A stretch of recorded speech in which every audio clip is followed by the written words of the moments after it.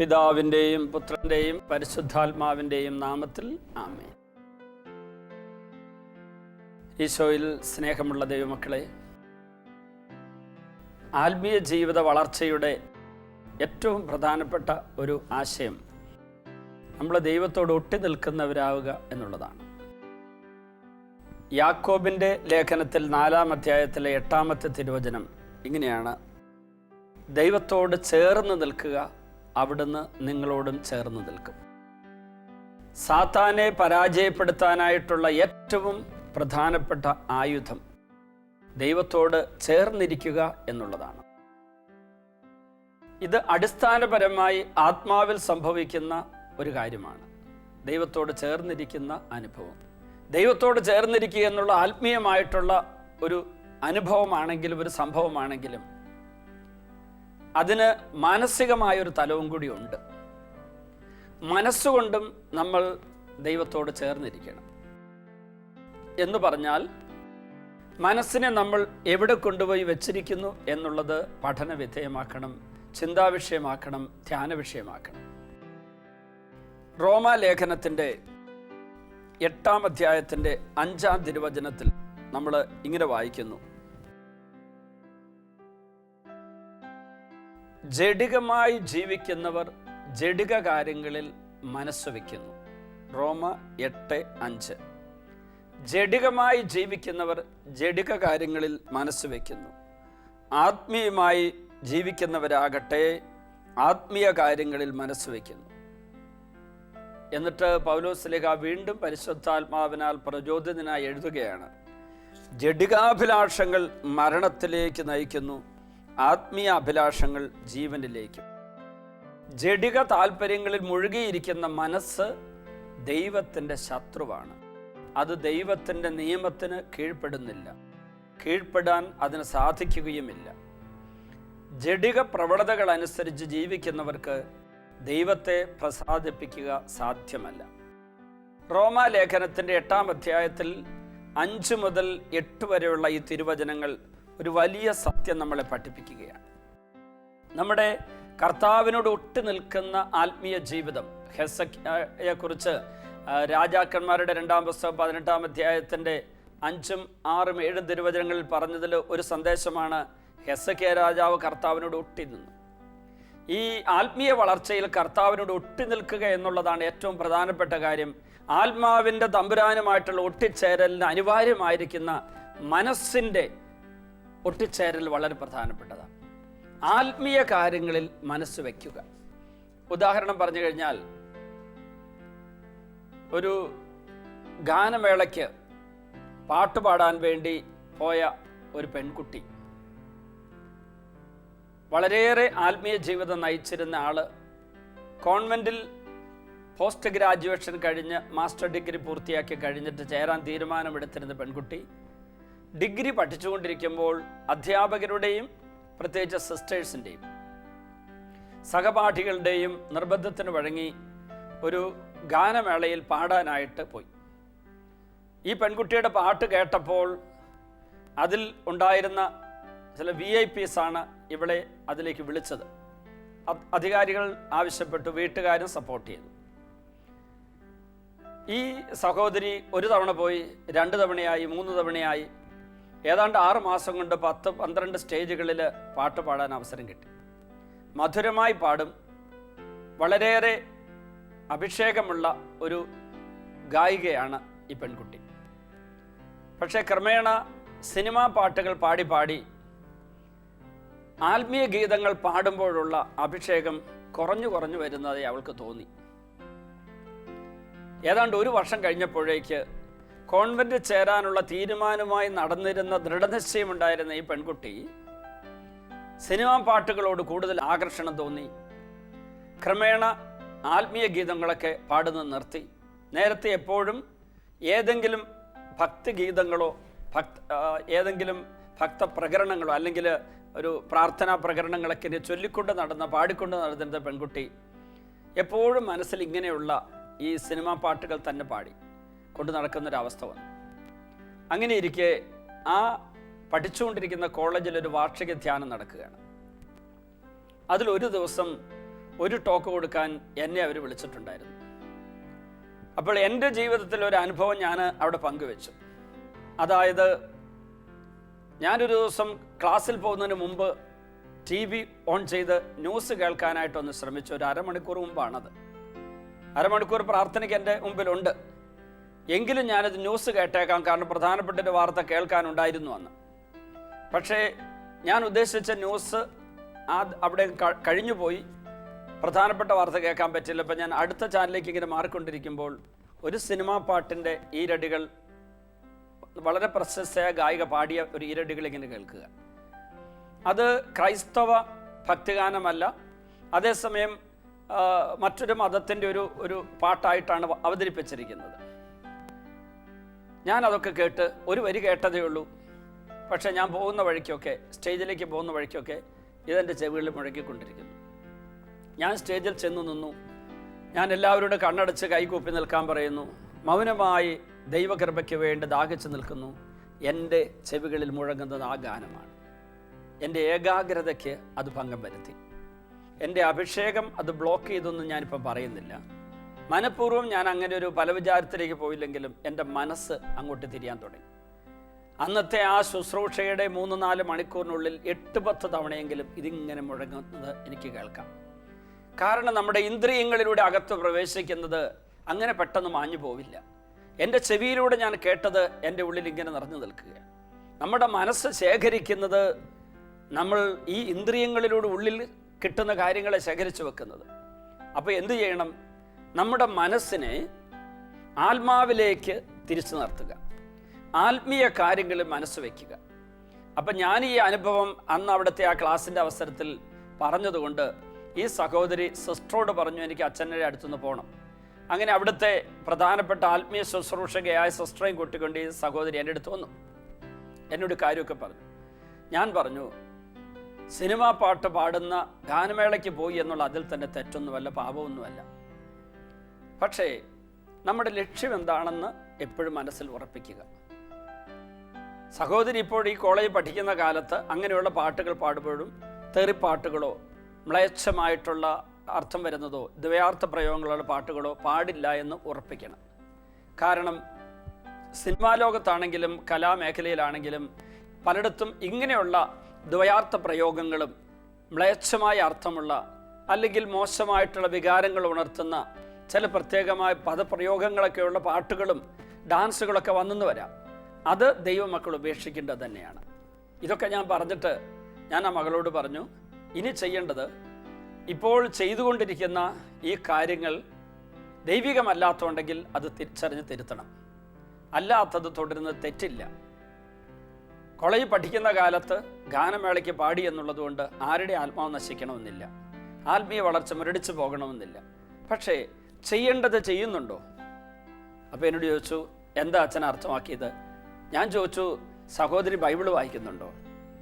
പെട്ടെന്ന് സിസ്റ്ററുടെ മുഖത്തേക്ക് എൻ്റെ മുഖത്തേക്ക് നോക്കിയിട്ട് പറഞ്ഞു, എനിക്ക് അച്ഛൻ്റെ അടുത്ത് ചോദിക്കാൻ വന്ന ചോദ്യത്തിന് ഉത്തരം കിട്ടിയെന്ന് പറഞ്ഞു. ഞാൻ ചോദിച്ചു, എന്നോട് ചോദ്യം ചോദിച്ചില്ലല്ലോ, കാര്യങ്ങൾ പറഞ്ഞതല്ലേ ഉള്ളൂ. അല്ല, എനിക്ക് ഉത്തരം കിട്ടി. എൻ്റെ ജപമാല മുടങ്ങി, എൻ്റെ ധ്യാനം മുടങ്ങി, എൻ്റെ ബൈബിൾ വായന മുടങ്ങി. എൻ്റെ മനസ്സ് എന്തുകൊണ്ട് ഇങ്ങനെയുള്ള സിനിമാ മേഖലയിലേക്കും എൻ്റെ സമർപ്പണ ജീവിതത്തിനുള്ള ആഗ്രഹം, തീരുമാനത്തിന് വിപരീതമായ ഒരു ജീവിതക്രമത്തിലേക്കും പോയി എൻ്റെ മനസ്സിനെ ഞാൻ കൊണ്ട് നിക്ഷേപിച്ചത് ഇവിടെയായിരുന്നു.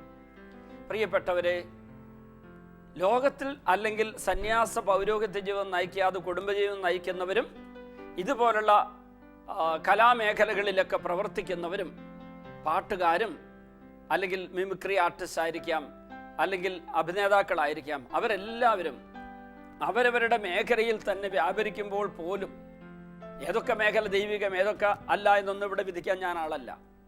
ദൈവികമല്ലാത്തത് ഓരോരുത്തർക്കും ഇന്ന് നിലവിലിരിക്കുന്ന വെളിപാടുകൾ വെളിച്ചത്തിൽ തിരിച്ചറിയാവുന്നതേ ഉള്ളൂ. അതുകൊണ്ട് അത് ഞാനിവിടെ പറയേണ്ട കാര്യമില്ല. അപ്പോൾ ദൈവം അനുവദിക്കുന്ന മേഖലയിലൂടെ ഇന്ന് ഈ ലോകത്ത് ജീവിക്കുമ്പോൾ ദൈവൈക്യം വിടാതെ കിട്ടുന്ന അവസരങ്ങളിലെല്ലാം ദൈവൈക്യത്തിന് വേണ്ടിയുള്ള മാധ്യമങ്ങളെ മാർഗങ്ങളെ മുറുകെ പിടിച്ചുകൊണ്ട് തന്നെ പോകണം. ഞാൻ ആ സഹോദരിയോട് പറഞ്ഞു, മനസ്സ് എന്തുകൊണ്ട് ജഡത്തിലേക്കോ ലോകത്തിലേക്കോ പിശാച് നൽകുന്ന വളരെയേറെ മനോഹരമായിട്ടുള്ള ഭംഗിയുള്ള ആകർഷകമായ കാര്യങ്ങളിലേക്ക് തിരിയുന്നു. നമ്മുടെ മനസ്സ് ആത്മീയ കാര്യങ്ങളിൽ വെക്കാത്തതുകൊണ്ട് തന്നെ. അപ്പോൾ കർത്താവിനോട് ഒട്ടി നിൽക്കുന്ന ജീവിതത്തിലെ വളരെ പ്രധാനപ്പെട്ട ഒരു മേഖല നമ്മുടെ മനസ്സ് എവിടെ വെച്ചിരിക്കുന്നു എന്നുള്ളതാണ്. ആത്മാവാണ് തമ്പുരാനോട് ഒട്ടി നിൽക്കേണ്ടത്. ആത്മാവ് തമ്പുരാനോട് ഒട്ടി നിൽക്കണമെങ്കിൽ ദൈവത്തിൻ്റെ ആത്മാവ് എൻ്റെ ആത്മാവും അഭേദ്യമായൊരു ബന്ധത്തിൻ്റെ അഭിഷേക നിറവിലേക്ക് വരണമെങ്കിൽ എൻ്റെ മനസ്സിനെ ഞാൻ ദൈവത്തിലേക്ക്, ദൈവിക കാര്യങ്ങളിലേക്ക്, ദൈവമേഖലയിലേക്ക്, ഡിവൈൻ മെലിയിലേക്ക് മാറ്റി നിർത്തേണ്ടി വരും. അതിന് ധ്യാനം സഹായിക്കും, വചനവായന സഹായിക്കും, വിശുദ്ധരോടുള്ള ഭക്തി സഹായിക്കും, വിശുദ്ധരോടുള്ള വണക്കം, അതുപോലെ വിശുദ്ധരുടെ മധ്യസ്ഥം തേടിയുള്ള പ്രാർത്ഥന, പിന്നെ സമാന ചിന്താഗതിയുള്ള ആത്മീയ കാര്യങ്ങൾക്ക് വേണ്ടി ദാഹമുള്ള ജ്ഞാനികളായിട്ടുള്ള വ്യക്തികളുമായിട്ടുള്ള കൂട്ടുകെട്ട്. ഇതൊക്കെ ഞാൻ ആ സഹോദരിക്ക് പറഞ്ഞു കൊടുത്തിട്ട് ഞാനിങ്ങ് പോന്നു. പ്രിയപ്പെട്ടവരെ, ഒരു 5-6 മാസം കഴിഞ്ഞ് പോസ്റ്റ് ഗ്രാജുവേഷനൊക്കെ കഴിഞ്ഞ് റിസൾട്ട് കാത്തിരിക്കുമ്പോൾ ഈ മകൾ എന്നെ കാണാൻ വേണ്ടി ഡിവൈനിലേക്ക് വീണ്ടും വരുന്നു. ധ്യാനിച്ചുകൊണ്ടിരിക്കുക. ഞാൻ അവസാന ദിവസം അറിഞ്ഞത് വ്യാഴാഴ്ച വൈകുന്നേരം ഈ സഹോദരി വന്നിട്ട് എന്നെ ഓർമ്മയുണ്ടോ ചോദിച്ചു. എനിക്ക് ഓർമ്മ വന്നില്ല. അപ്പോൾ പറഞ്ഞു, അന്ന് കോളേജിൽ വെച്ച് ഗാനമേളയ്ക്ക് പാടാൻ പോയിരുന്ന ആ പെൺകുട്ടി അച്ഛൻ്റെ അടുത്ത് ഒന്ന് ഓർമ്മയുണ്ട്. എനിക്ക് പെട്ടെന്ന് ഓർമ്മ വന്നു. ഞാനാണ് ആള്. ഞാൻ കോൺവെൻറ്റ് ചേരാൻ തീരുമാനം ഉറപ്പിച്ചു കഴിഞ്ഞു, പോവുകയാണ്. പക്ഷെ അതിനുമുമ്പ് അച്ഛനോടൊരു കാര്യം പറയാനാണ് ഞാൻ വന്നത്.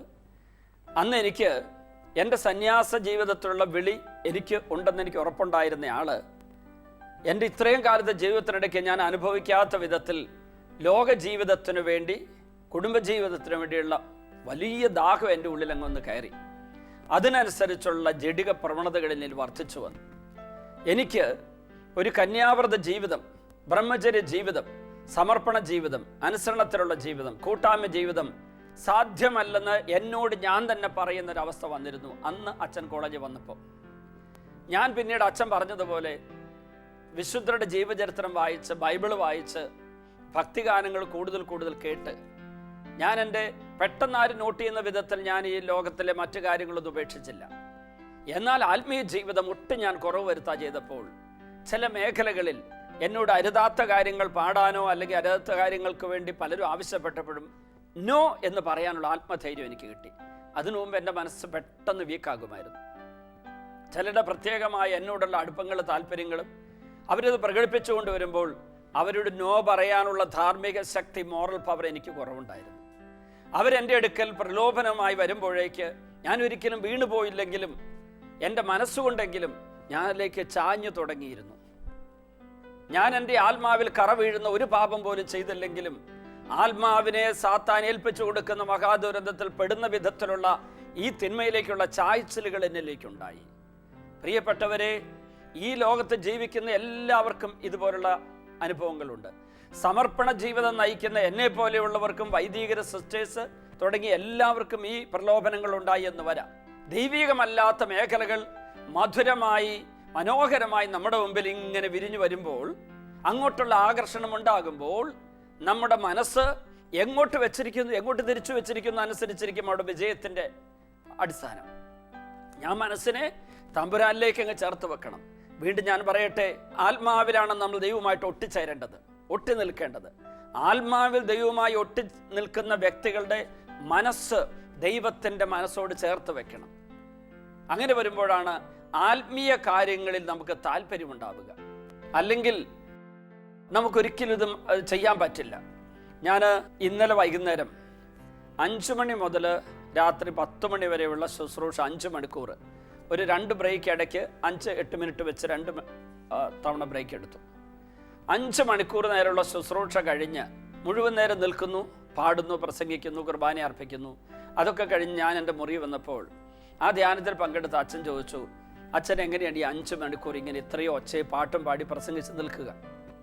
ഞാൻ പറഞ്ഞു, on my own I can do that. എൻ്റെ സ്വന്തം ശക്തിയിൽ ആശ്രയിച്ച് എൻ്റെ കഴിവുകൊണ്ട് എനിക്ക് ചെയ്യാൻ പറ്റില്ല. ഞാൻ എൻ്റെ ശരീരത്തെ അല്ലെങ്കിൽ ശരീരത്തിൻ്റെ ആരോഗ്യമില്ലായ്മയെ, ക്ഷീണത്തെ ശ്രദ്ധിച്ച് അതിൽ കോൺസെൻട്രേറ്റ് ചെയ്ത് ഞാൻ നിൽക്കുകയാണെങ്കിൽ അരമണിക്കൂറിനോട് ശരീരം തളരും, ക്ഷീണിക്കും, നടുവിന് വേദന വരും, കൈകാലുകൾക്കൊക്കെ വല്ലാത്ത വേദന വരും. പക്ഷെ ഞാൻ ആ സമയത്ത് അവിടെ ഇരിക്കുന്ന ആയിരങ്ങളുടെ മുമ്പിൽ തമ്പുരാൻ്റെ സൗഖ്യവും സ്നേഹവും ശക്തി അവർക്ക് കൊടുക്കാൻ വേണ്ടിയുള്ള ഏക ലക്ഷ്യത്തോടെ തമ്പുരാൻ തരുന്ന വചനങ്ങൾ വ്യാഖ്യാനിച്ചു കൊടുത്തും അവരോടൊപ്പം മാലാഖമാരുടെ സ്തുതിഗീതങ്ങൾ ആലപിച്ചും മുന്നേറിക്കൊണ്ടിരിക്കുമ്പോൾ, ഈശോയുടെ കാൽവരി ബലിയാഗം പരിശുദ്ധ കുർബാന അർപ്പിച്ചുകൊണ്ടിരിക്കുമ്പോൾ എൻ്റെ ശരീരത്തിൻ്റെ പ്രവർത്തനമല്ല ഈശോ ഏറ്റെടുക്കുന്നു. എൻ്റെ മനസ്സിനെ ഞാൻ തമ്പുരാനിലേക്ക് ചേർത്ത് വെക്കുമ്പോൾ ആത്മാവ് ഉണരുന്നു, ആത്മാവിലൂടെ പരിശുദ്ധാത്മാവിൻ്റെ വെളിപാടുകൾ കിട്ടുന്നു. ആ സമയത്ത് ശരീരത്തിൽ നിയന്ത്രണം ഈശോ ഏറ്റെടുക്കുന്നു. ആ 5 മണിക്കൂർ, ഇത് എല്ലാ ആഴ്ചയിലും 5 മണിക്കൂർ ശുശ്രൂഷ, ചൊവ്വാഴ്ചയും വ്യാഴാഴ്ചയും ഞാൻ സ്റ്റേജിൽ നിൽക്കുമ്പോഴുള്ള അവസ്ഥ ഞാൻ പറയുക. അവിടെ എൻ്റെ മനുഷ്യ കഴിവോ എൻ്റെ മനുഷ്യബുദ്ധിക്കോ നിയന്ത്രിക്കാൻ പറ്റില്ല എന്നെ. അവിടെ തമ്പുരാൻ്റെ ആത്മാവാണ് നിയന്ത്രിക്കുക. ഞാൻ എന്തിനത് പറഞ്ഞത്? ആ അച്ഛനോട് ഞാൻ പറഞ്ഞു, നമ്മുടെ മനസ്സ് ഈ ശരീരത്തിലേക്ക് തിരിഞ്ഞാൽ ശരീരം ക്ഷീണിക്കും. മനസ്സ് ആത്മാവിലേക്ക് തിരിഞ്ഞാൽ ആത്മാവിൽ വരുന്ന ദൈവിക ചൈതന്യം കൊണ്ട് മനസ്സും അഭിഷിക്തമാകും. അഭിഷേകം ചെയ്യപ്പെട്ട മനസ്സ് ശരീരത്തിന് ബലം പകർന്നുകൊണ്ടിരിക്കും. പ്രിയപ്പെട്ടവരെ, അടുക്കള ജോലി ചെയ്യുന്ന അമ്മ, പറമ്പിൽ പണി ചെയ്യുന്ന കൃഷിക്കാരൻ, കടലിൽ മത്സ്യബന്ധനത്തിന് പോകുന്ന തൊഴിലാളി, ഡ്രൈവ് ചെയ്യുന്ന ഡ്രൈവർ, ട്രെയിൻ ഓടിക്കുന്നയാൾ, വിമാനത്തിൻ്റെ പൈലറ്റ്, കപ്പലിൻ്റെ ക്യാപ്റ്റൻ, അല്ലെങ്കിൽ ഓഫീസ് ജോലി ചെയ്യുന്നയാൾ, അല്ലെങ്കിൽ ഫാക്ടറി ജോലി ചെയ്യുന്നയാൾ, പൊരിവെയിലത്ത് ജോലി ചെയ്യുന്ന റോഡ് ടാറിങ് നടത്തുന്നയാൾ, അല്ലെങ്കിൽ റോഡ് ഉണ്ടാക്കുന്നയാൾ, അങ്ങനെ കഠിനാധ്വാനത്തിൻ്റെ എല്ലാ ശാരീരികമായിട്ടുള്ള അധ്വാനത്തിൻ്റെ നിമിഷങ്ങളിലും നമ്മുടെ ആത്മാവിനെയും മനസ്സിനെയും തമ്പുരാനോട് ചേർത്ത് നിർത്താൻ ഭാഗ്യവും അനുഗ്രഹവും നമുക്കുണ്ടാകട്ടെ എന്ന് പ്രാർത്ഥിക്കുകയാണ്. എൻ്റെ ഈശോയെ, ഈ ശുശ്രൂഷയെ പങ്കെടുക്കുന്ന എല്ലാവരുടെയും ശരീരത്തിൻ്റെ വിവിധങ്ങളായ രോഗങ്ങളെല്ലാം എടുത്തുമാറ്റി ശരീരം ആത്മാവിനേക്കാളും പ്രധാനപ്പെട്ടതാണെന്നുള്ള ചിന്തയിൽ അവരെ മോചിപ്പിച്ച് ആത്മാവിൽ വരുന്ന ദൈവിക ചൈതന്യത്താൽ, തമ്പുരാനോട് ഒട്ടുനിൽക്കുമ്പോൾ കിട്ടുന്ന ദൈവിക ചൈതന്യത്താൽ മനസ്സിനെയും പ്രകാശിപ്പിച്ച് മനസ്സിൻ്റെ ആത്മാവിൻ്റെ അഭിഷേകത്തോടുകൂടി ശരീരത്തെ ഉണർത്തി ശരീരത്തിൻ്റെ സൗഖ്യം പ്രാപിക്കാൻ എല്ലാവരെയും അനുഗ്രഹിക്കണമേ. ഇവരുടെ കുടുംബങ്ങളുടെ കൂട്ടായ്മകൾ അനുഗ്രഹം നിറയട്ടെ എന്ന് പ്രാർത്ഥിക്കുന്നു. പിതാവിൻ്റെയും പുത്രൻ്റെയും പരിശുദ്ധാത്മാവിൻ്റെയും നാമത്തിൽ ആമേൻ.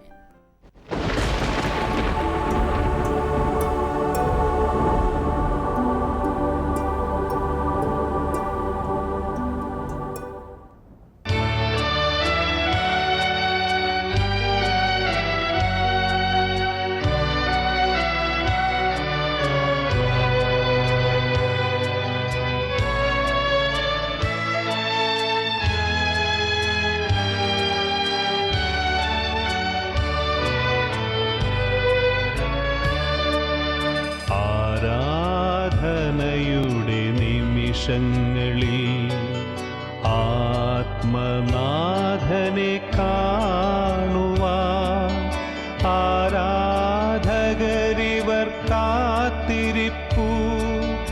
ആത്മനാഥനേശുവേ, ആരാധനയുടെ നിമിഷങ്ങളിൽ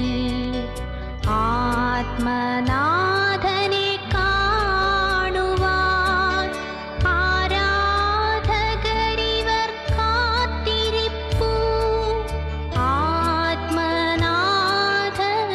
ആത്മനാഥനേശുവേ, ആരാധന ആരാധന ആയിരം ആരാധന ആരാധന ആരാധന ആത്മാവിൽ ആരാധന. ഇപ്പോൾ ഈ ശുശ്രൂഷയിൽ പങ്കെടുക്കുന്ന എല്ലാവരും, ഈ ശുശ്രൂഷയെ വിവിധ രാജ്യങ്ങളിലും സ്ഥലങ്ങളിലും ഇരുന്ന് പങ്കെടുക്കുന്ന എല്ലാവരും, അവരെ പീഡിപ്പിക്കുന്ന എല്ലാ രോഗപീഠകളും, എല്ലാ തരത്തിലുള്ള പൈശാചിക ശക്തികളെ ഉപദ്രവങ്ങളും എല്ലാം വിട്ടുപോകാൻ വേണ്ടി പ്രാർത്ഥിക്കുന്നു. കാൽവരി കുരിശിൽ നിന്നൊഴുകിയ തിരുരക്തം ഈ ദിവ്യകാരുണ്യം വഴി ഇത് കേട്ടുകൊണ്ടിരിക്കുന്ന, ഈ ശുശ്രൂഷയെ പങ്കെടുത്തുകൊണ്ടിരിക്കുന്ന എല്ലാവരിലും വന്ന് വീഴട്ടെ എന്ന് പ്രാർത്ഥിക്കുന്നു. ഇപ്പോൾ യേശുവിൻ്റെ രക്തത്തിൽ എല്ലാ പാപക്കറകളും നീങ്ങിപ്പോകട്ടെ എന്ന് പ്രാർത്ഥിക്കുന്നു. കാൽവരി കുരിശിൽ നിന്നൊഴുകിയ ചുടുചോര ഓരോ വ്യക്തിയെ ഇപ്പോൾ വിശുദ്ധീകരിക്കട്ടെ എന്ന് പ്രാർത്ഥിക്കുന്നു. 1 യോഹന്നാൻ 1:7 അവിടുത്തെ പുത്രനായ യേശുവിൻ്റെ രക്തം എല്ലാ പാപങ്ങളും നമ്മളെ ശുദ്ധീകരിക്കുന്നു. കർത്താവേ, പാപങ്ങൾ ഞങ്ങളെ ശുദ്ധീകരിക്കണമേ. അറിഞ്ഞും അറിയാതെ വിചാരത്താലും വാക്കാലും പ്രവൃത്തിയാലും ഉപേക്ഷയാലും ചെയ്തു പോയ പാപങ്ങളെല്ലാം പൊറുക്കാൻ തിരുവെള്ളമാകണമേ. തിരുരക്തം ഞങ്ങളുടെ മേൽ വീഴ്ത്തണമേ കർത്താവേ. ഏതെല്ലാം മനസ്സ് മുറിവേറ്റിരിക്കുന്നുവോ, ഏതെല്ലാം ശരീരം രോഗബാധിതമായിരിക്കുന്നുവോ, ഏതെല്ലാം ആത്മാവ് പാപത്താൽ മലിനമാക്കപ്പെട്ടിരിക്കുന്നുവോ, ഈ ആത്മാവിലേക്കും മനസ്സിലേക്കും ശരീരത്തിലേക്കും ഓ ഈശോയെ അങ്ങയുടെ ചുടുചോര ഒഴുകി വീഴട്ടെ എന്ന് പ്രാർത്ഥിക്കുന്നു. അങ്ങ് കഴുകുന്നില്ലെങ്കിൽ ഞങ്ങൾക്ക് അങ്ങയോട് പങ്കില്ലല്ലോ കർത്താവേ. അങ്ങ് ഞങ്ങളെ കഴുകണമേ കർത്താവേ. എല്ലാവരും ഇപ്പോൾ കഴുകണമേ കർത്താവേ. ഞങ്ങളെ ശുദ്ധീകരിക്കണമേ കർത്താവേ. പാപമോചനം നൽകണമേ കർത്താവേ. എല്ലാ മക്കളും അനുഗ്രഹിക്കപ്പെടട്ടെ. കോടിക്കണക്കിന് ജനങ്ങളിലേക്ക് ഈ വലിയ ശുശ്രൂഷയുടെ ശക്തി ഒഴുകട്ടെ എന്ന് പ്രാർത്ഥിക്കുന്നു. എല്ലാവരിലേക്ക് ഒഴുകട്ടെ എന്ന് പ്രാർത്ഥിക്കുന്നു. കുടുംബങ്ങളിലേക്ക് ഒഴുകട്ടെ എന്ന് പ്രാർത്ഥിക്കുന്നു. പാപികൾ മാനസാന്തരപ്പെടട്ടെ. ബന്ധനം മോചിക്കപ്പെടട്ടെ. രോഗികൾ സൗഖ്യം പ്രാപിക്കട്ടെ. അന്ധകാര ബന്ധനം അഴിയട്ടെ എന്ന് പ്രാർത്ഥിക്കുന്നു. ബന്ധനങ്ങൾ അഴിഞ്ഞു പോകട്ടെ എന്ന് പ്രാർത്ഥിക്കുന്നു. കുടുംബത്തിലെ രോഗങ്ങൾ വിട്ടുപോകട്ടെ. ഊമർ സംസാരിക്കട്ടെ. നാവിന്റെ കെട്ടഴിയട്ടെ. ശ്വാസകോശ രോഗങ്ങൾ മാറട്ടെ. തലച്ചോറിന്റെ രോഗങ്ങൾ മാറട്ടെ. മാനസിക രോഗികൾ സൗഖ്യം പ്രാപിക്കട്ടെ. അവരുടെ എല്ലാ കെട്ടുകളും അഴിഞ്ഞു പോകട്ടെ. യേശുവിന്റെ നാമത്തിൽ സൗഖ്യമുണ്ടാകട്ടെ. വായിലെ മോണയിലെ പല്ലിന്റെ രോഗങ്ങളെല്ലാം വിട്ടുപോകട്ടെ. തൊണ്ടയിലെ ശ്വാസകോശത്തിലെ രോഗങ്ങൾ വിട്ടുപോകട്ടെ. ഹൃദയത്തിന്റെ രോഗങ്ങൾ വിട്ടുപോകട്ടെ. ആമാശയത്തിന്റെ രോഗങ്ങൾ വിട്ടുപോകട്ടെ. കുടലിലെ രോഗങ്ങൾ വിട്ടുപോകട്ടെ. എല്ലാ രോഗികളും സൗഖ്യം പ്രാപിക്കട്ടെ. പ്രമേഹ രോഗം വിട്ടുപോകട്ടെ. പാൻക്രിയാസ് സൗഖ്യം പ്രാപിക്കട്ടെ. കരൾ രോഗം വിട്ടുപോകട്ടെ. എല്ലാ നാഡീഞരമ്പുകളും ബലം പ്രാപിക്കട്ടെ. അസ്ഥികൾ ബലം പ്രാപിക്കട്ടെ. അസ്ഥികളെ സുഖപ്പെടുത്തണമേ. തളർന്ന ശരീരം ബലം പ്രാപിക്കട്ടെ. ത്വക്ക് രോഗം മാറട്ടെ. രക്തത്തിന്റെ വൈകല്യങ്ങൾ വിട്ടുപോകട്ടെ. എല്ലാ രോഗികളും സൗഖ്യം പ്രാപിക്കട്ടെ. അത്ഭുതകരമായി സൗഖ്യം ഒഴുകട്ടെ. യേശുവിന്റെ നാമത്തിൽ ബന്ധനങ്ങൾ അഴിയട്ടെ. കെട്ടുകൾ അഴിയട്ടെ. മുറിവുകൾ മാറട്ടെ. എല്ലാവരും സൗഖ്യം പ്രാപിക്കട്ടെ. എല്ലാ പാപങ്ങളും നീങ്ങി പോകട്ടെ. കുടുംബങ്ങൾ ഐശ്വര്യം നിറയട്ടെ. അനുഗ്രഹം നിറയട്ടെ. സമൃദ്ധി നിറയട്ടെ. ഹല്ലേലൂയ.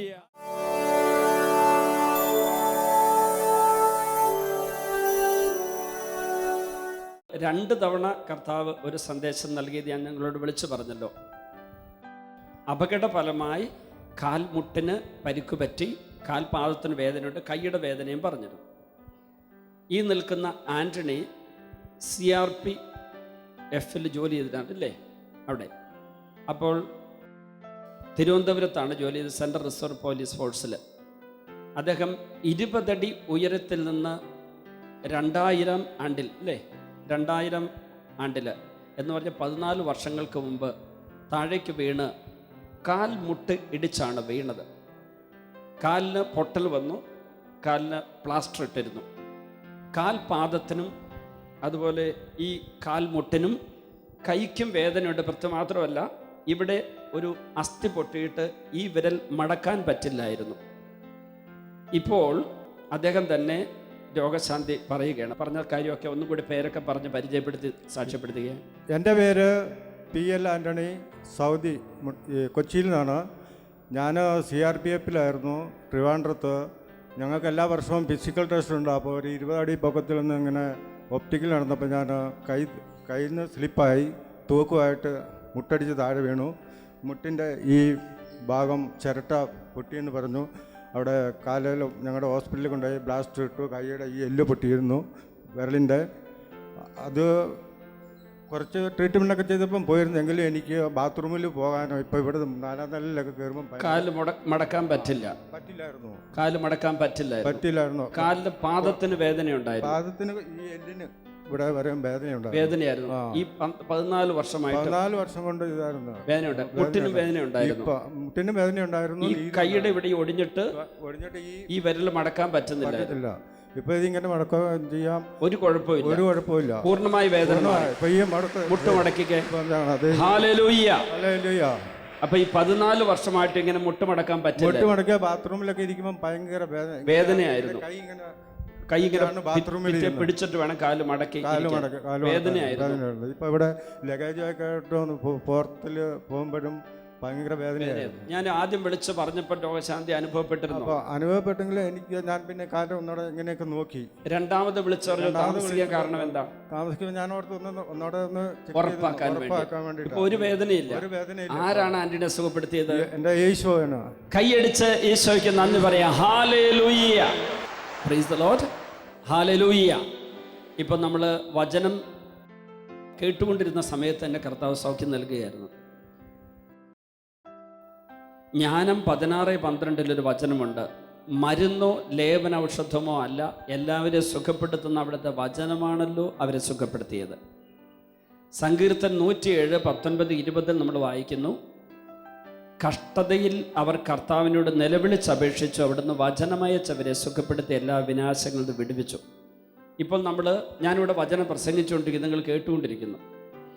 അങ്ങനെ ശുശ്രൂഷ ചെയ്തുകൊണ്ടിരിക്കുമ്പോൾ കർത്താവ് എനിക്കൊരു സന്ദേശം വെളിപ്പെടുത്തി തന്നു. ഇങ്ങനെ കരണത്ത് അടികൊണ്ട ഒരാളെ കർത്താവ്, ആ വേദനയുള്ള ഒരാളെ ഈശോ സുഖപ്പെടുത്തുന്നെന്ന്. അപ്പോൾ 2ാം തവണ വിളിച്ച് പറഞ്ഞപ്പോഴാണ് ഈ സഹോദരി സാക്ഷ്യം നൽകാനായിട്ട് ഇവിടെ വന്ന് നിൽക്കുന്നത്. മോളി എന്ന ഈ സഹോദരി മുണ്ടക്കയം അടുത്ത് നിന്ന് വരുന്നു. 10 വർഷങ്ങൾക്ക് മുമ്പ് ഭർത്താവ് മരിച്ചുപോയി. ഭർത്താവ് ഈ കരണക്കുറ്റിക്കിട്ട് അടിച്ച് ചെവി പൊട്ടി, അതിലൂടെ രക്തമൊഴുകി, ചെവി പഴുക്കാൻ തുടങ്ങി, കേൾവി പൂർണ്ണമായി നഷ്ടപ്പെട്ടു. 10 വർഷമായിട്ട് കേൾവി ഇല്ലാതിരുന്ന ചെവിക്ക് കേൾവിയും കിട്ടി, ആ വേദനയും പൂർണ്ണമായി മാറി എന്ന് സഹോദരി പറയുന്നു. മോളി തന്നെ ആ സാക്ഷ്യം ഒന്ന് പറയൂ. ഹലോ, ഞാൻ 10 വർഷമായി എൻ്റെ ഭർത്താവ് ഉരുപ്പടിക്ക് എൻ്റെ ചെവിക്കലിനടിച്ച് രക്തം പൊഴിഞ്ഞു പോയി. അവസാനം ആശുപത്രി കൊണ്ടുവന്നപ്പോൾ ഡോക്ടർ പറഞ്ഞു ഓപ്പറേഷൻ ചെയ്താലും രക്ഷയില്ല എന്ന് പറഞ്ഞു. അന്ന് മുതൽ ഞാൻ ദൈവത്തോട് ആശ്രയിച്ചിരിക്കുക. എനിക്ക് ഈ ചെവികൾ കേൾക്കാൻ പാടില്ലായിരുന്നു. അങ്ങനെ ഞാൻ തലകറക്കം പെട്ടെന്ന് എനിക്ക് തലകറക്കം ഉണ്ടാകുന്നുണ്ട്. അവസാനം ആയുർവേദ ഡോക്ടർ എനിക്കൊരു എണ്ണ തന്ന് ഞാൻ അതിലിരിക്കുകയാണ്. ഇപ്പോൾ എനിക്ക് ഈ അനുഭവം ഉണ്ടാകുന്ന സമയത്ത് തല ചുറ്റുന്നുണ്ടായിരുന്നു. അപ്പോൾ ഞാൻ താഴെ വീഴുമെന്ന് എനിക്കൊരു ഉറപ്പുണ്ട്. അപ്പോൾ ഞാൻ ഒന്നുകൂടെ യേശുവിനെ മുറുക്കെ പിടിച്ചു. ആ സമയം എൻ്റെ മുന്നിൽ 3 പ്രാവശ്യം ഒരു കുരിശുരൂപം വരികയും എൻ്റെ തലയിൽ എന്തോ ഒരു ഭാരം ഉണ്ടാവുകയും ചെയ്തു. 3 തവണ മുമ്പിൽ ഒരു കുരിശുരൂപം പ്രത്യക്ഷപ്പെട്ടു. എന്നിട്ട് അത് കഴിഞ്ഞതിന് ശേഷം എനിക്ക് ഒരു സംശയം. എന്നാലും ഇന്ന് ഞാൻ സാക്ഷ്യം പറയുന്നില്ല, നാളെ പറയുന്നുള്ളത് ശരിയായിട്ടാണെന്ന് അറിഞ്ഞിട്ട് എന്നും കണ്ട് എനിക്ക് ഞാൻ അച്ഛൻ പ്രസംഗം പറയുമ്പോൾ ചെവി അടച്ചു പിടിച്ചേ, വലത് ചെവി അടച്ചു പിടിച്ചേ, അങ്ങോട്ട് നോക്കിക്കേ. എത്ര വയസ്സായി? കേൾക്കുന്നുണ്ട്, കേൾക്കാം. 57. ഇടത് ചെവിയിലൂടെ കേൾക്കുന്നുണ്ട്. അപ്പോൾ 10 വർഷമായിട്ട് ഇടത് ചെവിക്ക് കേൾവി ഇല്ലായിരുന്നോ? ഇല്ലായിരുന്നു. പഴുപ്പുണ്ടായിരുന്നു. ഇപ്പം പഴുക്ക് വരുന്നുണ്ടോ? ഇല്ല. കേൾവിയും കിട്ടി. ഭർത്താവിനോട് ക്ഷമിച്ചു. കർത്താവ് നൽകിയ ഈ വലിയ സൗഖ്യത്തെ ഓർത്ത്, ചെയ്ത ഈ വലിയ അത്ഭുതത്തെ ഓർത്ത് കർത്താവിന് സ്തുതിച്ച് നന്ദി പറയാം.